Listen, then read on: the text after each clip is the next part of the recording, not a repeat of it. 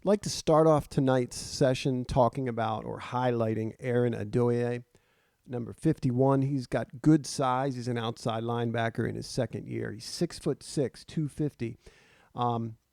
You see him beat the right tackle here inside. We don't see how he sets this move up. The tackle is not sharp here. You see him kind of lunge and chase Adoye. So he must sell outside. But you see a nice club and swim to clear there. And then Powers comes, picks him up. We'll look at a few plays that feature him because he does jump a little bit. Watch Cleveland at the left guard. Really, you get to see his length right there. He's able to kind of squeeze Washington to Matabike in the center. So it's an effective job there. You do see him kind of lunging. And right now that is his go-to, that length. He's very good at using it. And, of course, he's very strong. And then a hand to the hip and then gets re-squared up. 69 actually looks pretty nice on this. That is Saffold, I think his name is. Linebackers are clearly reading the pass set here of the O-line. That hi-hat rule, you can see nobody bites on the fake handoff there. And nobody's open. The quarterback's going to kind of bolt. Just late pressure from Adoye there. Let's watch it in full clip, and then we'll look at some more of him. He's outside your screen in a wide 9.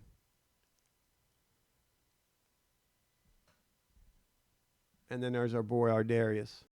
Now we have Adoye standing up outside the left tackle. Gets off the line really, really quickly here. Flushes the quarterback again, forces him to step up. Real quick pressure and a violent chop here of the tackle's outside arm. Same play, end zone angle. You'll see him get off the ball well here, and he's explosive. There's that chop with the right arm. It looks like the tackle gets enough of his shoulder to kind of knock him back, and that outside leg kind of goes in reverse instead of in forward. See that step back there? In any case, he gets by him and he flushes the quarterback. Quarterback's got to step up there. That's a quality rush by Adoye. Good protection in space by Ricard.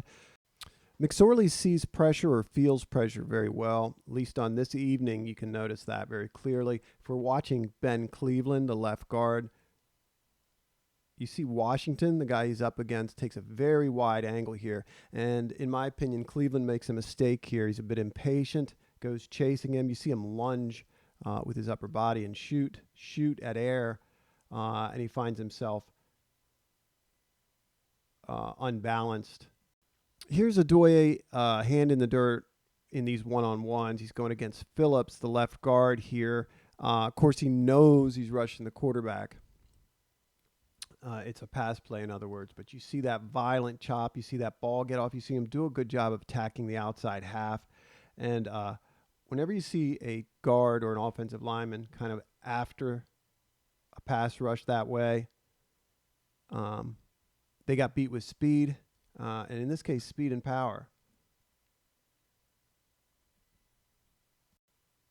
This is Ferguson one-on-one on the outside versus Ely, the rookie, undrafted rookie.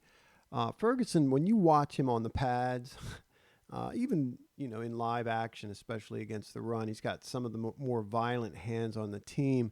And I'm really rooting for this guy, but this is not a good rep for him at all. You see his just go-to, his standard here, this bull rush. And Ely, for his part, does a great job of sinking his butt, grabbing some cloth up top. Right there stops Ferguson in his tracks. It's a really good rep for him. Not a very creative rep. Nice stick to for Ferguson. That's disappointing. He's a guy, like I said, I'm rooting for him. This is Chris Smith, one-on-one again versus Phillips, the left guard. Really nice little spin move. He does get in the backfield in a hurry. I was watching him doing a drill with the outside linebackers where they'd start him in the fit position. He would lock out. I think it was locking out Bowser. Bowser was just leaning on him. Just violent hands. You can see right here just a lot of want to going after that football. And again, he brings pressure very quickly on this particular rep. Be interesting to watch him. Here's a good rep for Cleveland. This just shows you the things that make you fall in love with his potential.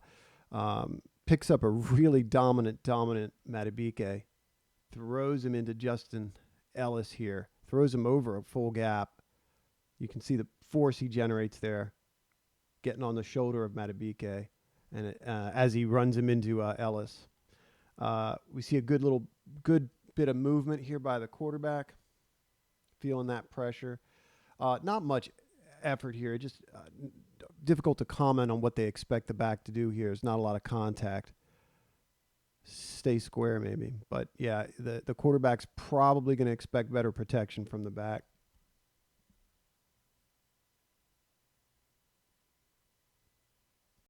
Excellent job moving his feet here to stay square, and I think a nice concert between his hands and feet.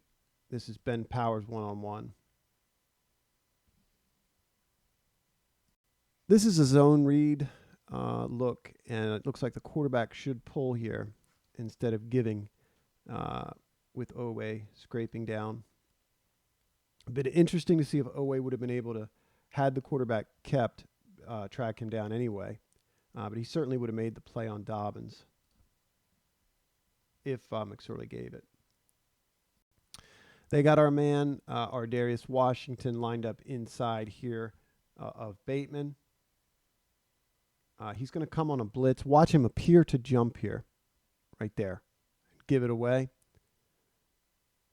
And watch Bateman point at him. And then Washington says, that was you. And let's go back and look at it. Watch Bateman lunge here. That causes him to jump. This lunge forward, slight lunge and shoulder hunch that he does right there. You see that? It's even his thigh a little bit moving forward. And that causes Washington to jump.